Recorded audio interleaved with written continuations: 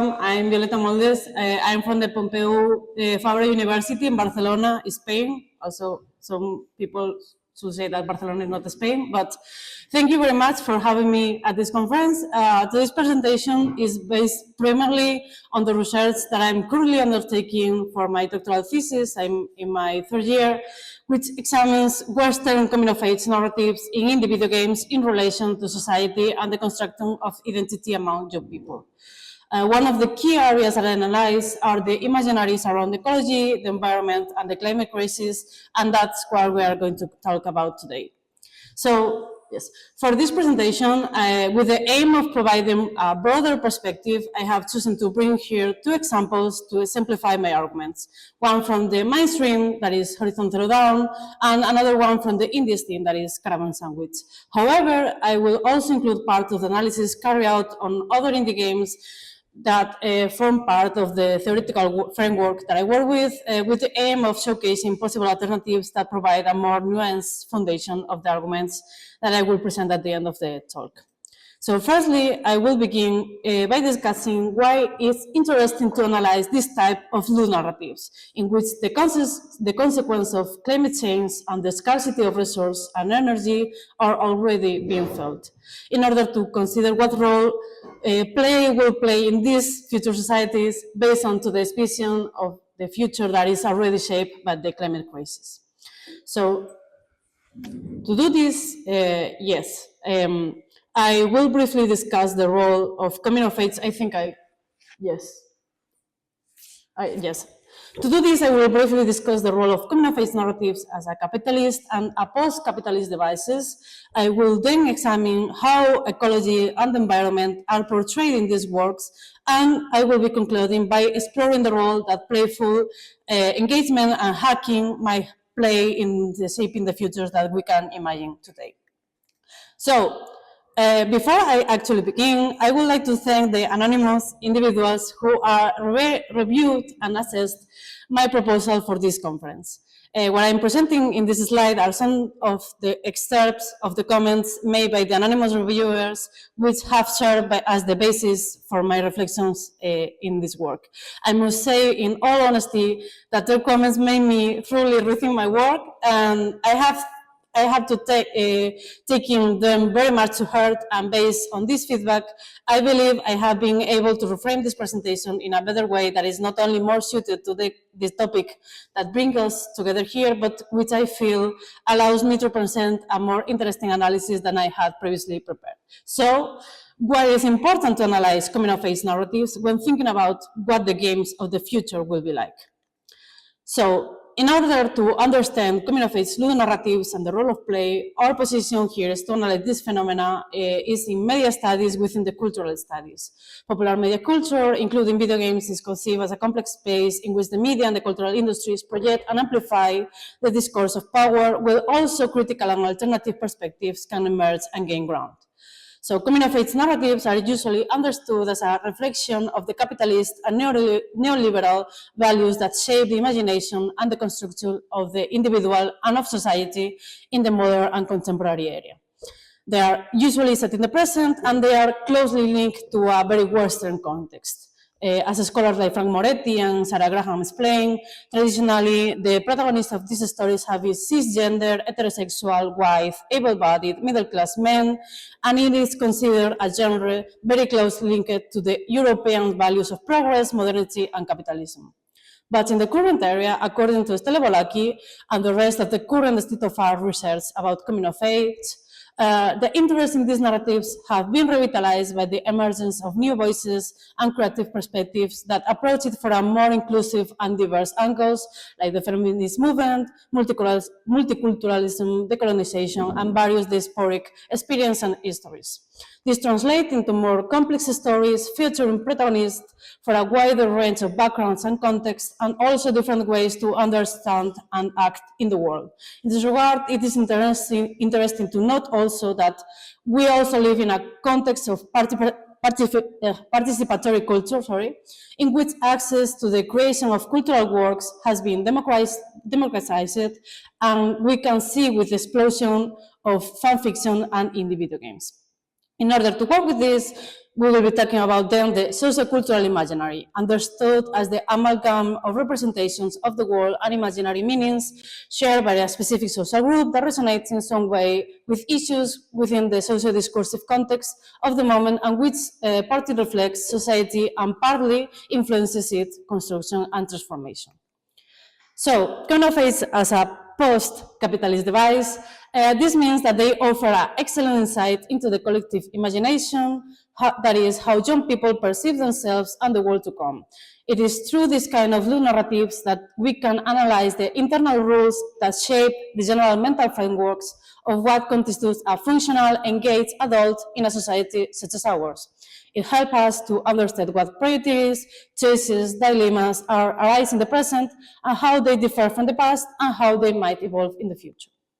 So, if we are talking about imaginaries of ecology and environment, I will focus on this perception of ecology, the environment, the climate crisis, or in some sense, the lack of imaginaries. While other things, primarily those concerning relationships, queerness, with particular focus on these queer relationships, more general themes that simply reflect on growing up in the abstract, and also those addressing mental health, disability, and neurodiversity are very well presented in this type of games. Coming of age games about the environment and their issues and the ecological system in general are not as common and plentiful as one might innocently expect. This is itself significant. There does not seem to be any pressing concern or urgent interest in these issues, unlike, for example, with queer issues or mental health. However, based on my own analysis in this thesis, the lack of a future, because the world is ending, is indeed a recurring sub-theme.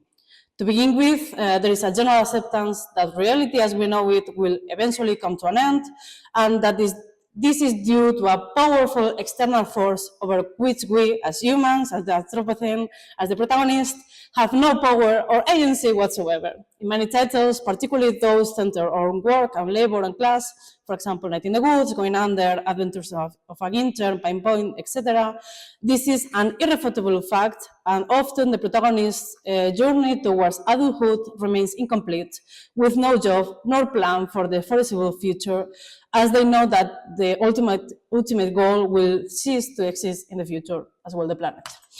The climate crisis is not something that young people seem to think that they can influence in any way. They cannot prevent it, nor they can overcome it.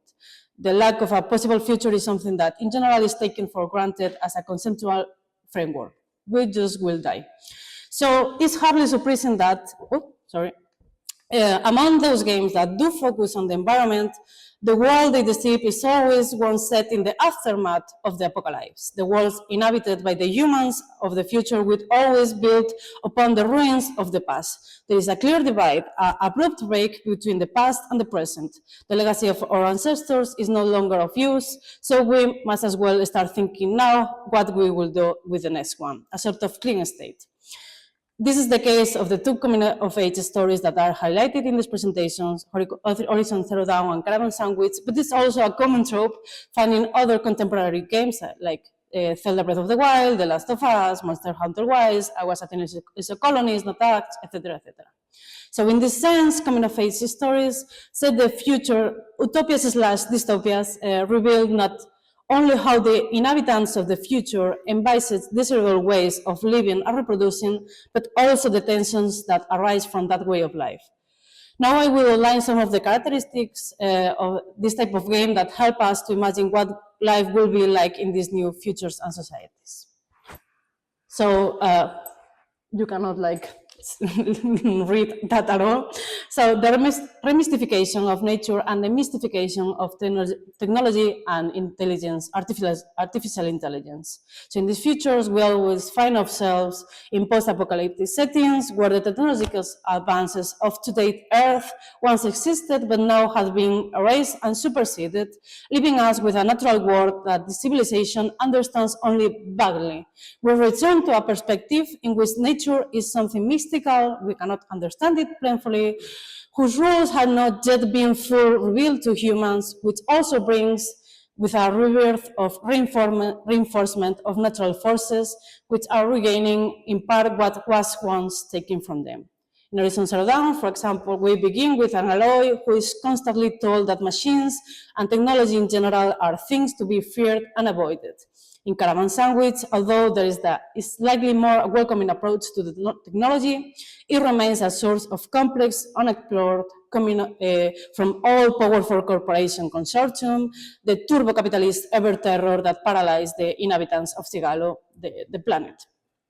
Technology has this almost religious aura, very much akin to an all-powerful fatalistic god whose origins are human, until both Aloy and Soch, our protagonists, set out to explore the untamed.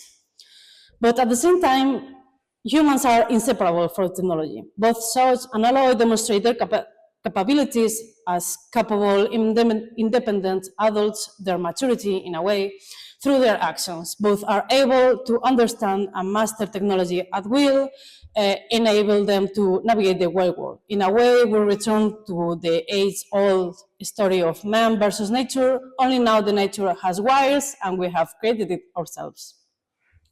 In these works, technological progress has reached a point near the forces of nature, dangerous and unpredictable, a point where it threatens human life itself. These new humans are somewhat relieved from the responsibility of the end of the world, which is instead placed upon the machines, while these continue to carry out orders in an automated manner. Thus, despite being granted this capacity of destruction, they are still relegated to a position of not known any better. It's here that our protagonists, Aloy and Soch, with their technological knowledge and their powerful drive to uncover the truth, and while we are at it, save the world, are the ones with enough courage and knowledge to venture into the unknown. This trope, again, is also found in other contemporary works, like the ones we've talked about before. So the protagonists are all able to forge their own path and understand the secrets of the world around them by dismantling machines, understanding how they work, and being able to repurpose them for their own benefit. The machine functions as an educational metaphor of nature and reinforces an initial stance rooted in colonial thinking regarding how our young protagonists must navigate the world. Robots, machines, androids, and artificial intelligence play ambivalent roles that serve to highlight the ethical dilemmas faced by the protagonist. On one hand, the machines are clearly a threat, as we already established, yet at the same time, we find that they possess consciousness of their own. In the case of Caravan Sandwich, androids have voluntarily disconnected themselves from the network linking them to the rest of their kind to protect themselves and the humans and the rest of the creatures of life from these new updates released by the consortium, which act like a virus that erase the memory of those machines no longer useful to the production of the system and makes them operational to the consortium interest. In the case of Horizon Zero Dawn, Aloy learns that the machines are part of a larger plan designed by the ancient civilization to restore the Earth's ecosystem, but that due to an error, they might prove dangerous to the new human civilization. But in both cases, the machines act like these guilt and ethics-free substitutes of real animals with advantage that you can mount and dismount these animals without any real consequence, since you can bring a machine back to life simply by reconnecting it. And as a part of the key mechanics of each game, Aloy must collect machine parts to trade and upgrade her weapons, and Soch must collect electronic components to recycle them and improve his vehicle's performance. They are a kind of experimentation with life without negative ethical consequences and a way to reappropriate technology back to the less privileged people. It is through this analogy that Aloy and Soch come to understand the causes of the catastrophe in their own ecosystems and also learn to treat other non-human agents as almost equally important as humans within the ecological system. Well, breaking away from one's family and community to gain, breaking away from one's family and community to gain freedom from or find one's place in the world is a common theme in the coming-of-age stories, the protagonists of these stories usually build their place in the world alongside their community. It is striking that in many cases, such as Thirsty Sweeters, I Was a Teenage Colonist, Caravan Sandwich, family is not something that one must definitely break away from in order to become an adult. Moreover, it is not limited to those with whom we share blood ties, but also extend to our neighbors and friends. If in coming-of-age narratives, friendships and mentors are among the key sources of protagonists have for understanding the world and the place within it, the importance of these figures is also the role of nature in this regard. In contemporary coming-of-age games is all the greater. There is also a prevailing trend toward the plurality of protagonist voices in these stories. Growing up is understood less as an individual journey and more as a collective one. Friendships serve as a mirror and a counterpoint to one another. In games such as Four Horsemen, Butterfly Soup, and Mediterranean Inferno, for example, we control several protagonists at once, each with their own idiosyncrasies and a way of seeing the world. We leave behind the figure of the chosen one or a single savior of the world to shift agency to the collective in some cases. Each protagonist is important in their own right, and at the same time is important in relation to the others. And another common trope found in contemporary coming-of-age ludonarratives is the lack of roots in a particular place, a temporary and conditional occupation of a space caused mainly by the lack of a stable job, purpose, or future. These situations typically arise in contexts where such conditions are accepted on an exceptional basis in the hope of achieving something, resolving one's inner struggles, like in Night in the Woods, as a refugee from the harsh world, like in Blooming Panic or Life is Strange 2, and this situation tends to be a constant through the narrative of each game. In other words, our protagonists usually never reach a point where they have a home of their own or a job or a future that provides them with stability. These young people seem destined to remain forever caught between childhood and adulthood. However, in the case of our protagonists, Aloy and Sorge, they both start their stories coming from outside their communities, and they win, in some way, back the community trust through their struggle and their journey. For both Aloy and Sorge, their efforts and sacrifices, classic coming-of-age tropes, are rooted in their voluntary and sought-after attachment to the place and in the well-being of their loved ones. And unlike what tend to happen in more traditional coming-of-age stories, in which the protagonists either found their place in the war or fled for it, which often resulted in protagonist literal death, the new adults in these stories need to break the rules, reshaping them as they see fit in order to reclaim the agency that their ancestors lost, and which caused the apocalypse that they had to overcome. And this is not a delicate, agreed upon, or conditional break. It's a complete, violent, criminal break. It necessarily goes against the rules and the laws, not obsolete, that have been dragging on since the pre-apocalypse and which caused said apocalypse. It is necessary to transgress the boundaries of the established order, not for its own sake, but with a clearly playful intent, seeking to break and change with the aim of understanding and learning and do better. This framework within the protagonist's imagination is key to this narrative to reaching the next stage of the development, which is not one predetermined by societal limits, but one that requires stepping outside in order to reshape them. And what is most interesting about this analogy is that they literally hack. Breaking the rules is part of the narrative and is the only way to progress. In Going Under, for example, you have to fail the task that your boss says to you not to enter the portal that has opened in the middle of the office by any other circumstances in order to discover the source of the worker's unease. While in Why Was Tenacious a Colony, also another ecological game, you need to break the rules imposed by you by adults in order to develop certain skills that you will need in the future in order to save the planet again. In Caravan Sandwich, the ability to hack electronic terminals is one of the key mechanics that allows Sorge to progress through the story and the world, and in Horizon Zero Dawn, Aloy learns on her own how to make use of the focus, which literally hacks reality, and one of its main functions is to collect all sorts of data that Aloy encounters in the world, which prove crucial to her progress and development. Rebellion against the rules is a common theme in these stories about teenagers, and the break was usually temporary. They always end up coming back to society norms, But the key difference here is that it is through this breaking away that the youth come to understand the rules that shape their reality, and it is from this breakdown that they begin to envisage a future, this time for real, that is worth living for. The ability to hack, to subvert established norms and rules is essential for the protagonist to gain agency. It's a crucial step towards changing the rules. Without it, everything will remain the same. And Aloy and Soch wouldn't end up saving their worlds if they did not agree to what was initially forbidden to them.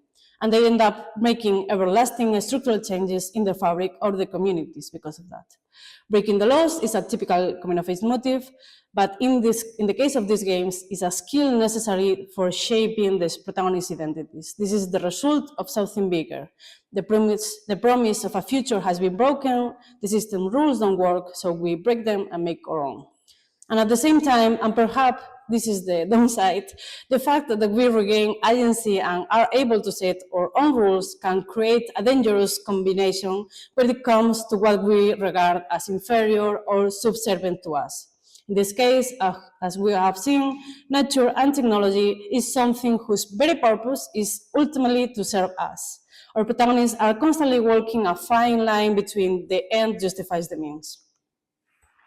So to reach some kind of conclusion, I think that the ability to shape the future depends on our actions working in tandem with those out there. Like this narrative says, we must be bold and take action, but that action must be supported by the ecosystem around us, not just by the humans, not just by the protagonist.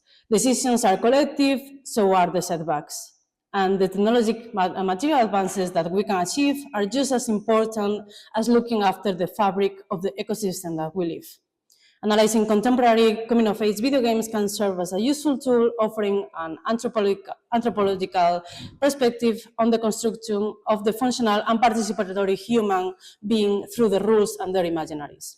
It can also serve as a cautionary tale and as a practical exercise that in what we can achieve through our own efforts. If the value of today's game is to produce, to grow and build, I think maybe the value of tomorrow's game will be to break, to anti-produce, to undo, to change, to reformulate and to rethink. Roleplay, I think, will become even more important. The game of the future will be communal, participatory, ever-changing and transitional. It will move away from the fixed traditional rules and maybe the single author, maybe the actors are not even human, and will still be adapted to each circumstance, to each situation and circumstance. In a world that tends towards centralization and techno-feudalism, the creation of decentralized collective networks and ways of thinking is how we can imagine new ways of existing, challenge and play with reality. Here is a list of bibliographic and ludographic references that I work with in order to make this presentation, and thank you very much for your attention.